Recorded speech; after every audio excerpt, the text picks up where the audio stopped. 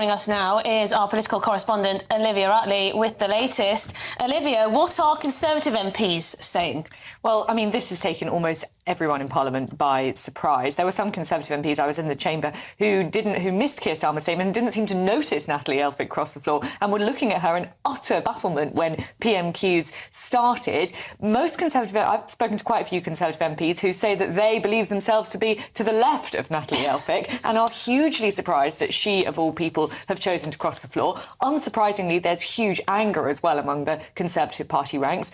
There are MPs who defended Natalie Elphicke when her husband, of course, was going through his sex abuse trial and stood by her side in the tough times and are now sort of staggered by her lack of loyalty towards the Conservative Party. Lots and lots of mutterings that she's only done this because she wants to get a peerage under the Labour government. What I find quite interesting is there seem to be quite a lot of people on the Labour side who aren't too happy either with Keir Starmer's decision to let her into the Labour Party.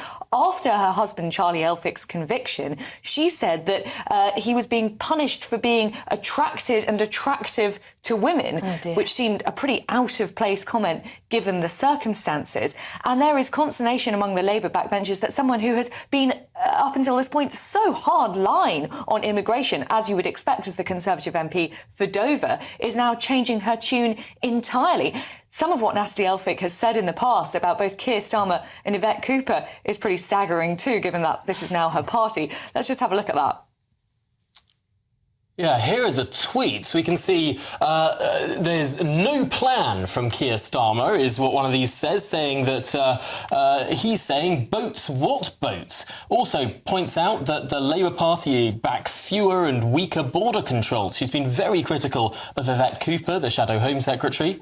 And indeed, she said that this is Labour's small boats policy. Keir Starmer standing at an open door, saying Labour do not want to stop the boats. Well, hang on, Tom. She might have just, changed her mind on all this. She says this is... She now believes the Labour Party has the right plan. Some of this stuff is only last year. This is Labour's only policy is to rely on the French. I mean, the most extraordinary turnaround from her there. I mean, Natalie Elphicke was a member of the New Conservatives group. There's this very much right-of-centre group within the Conservative Party set up by Miriam Cates and Danny Kruger. This does seem to be an enormous about-turn.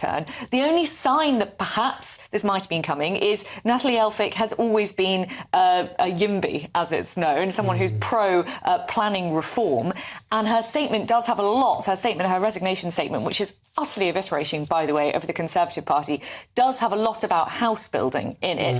That's the only sign that she was sort of out of step with the direction that the Conservative government was heading. But still, it has taken almost everyone by surprise. It's interesting. She says the deciding factors have been housing and the safety of our borders. Housing first, borders second. She devotes about 3 times the length of the statement to housing compared to what she does to borders.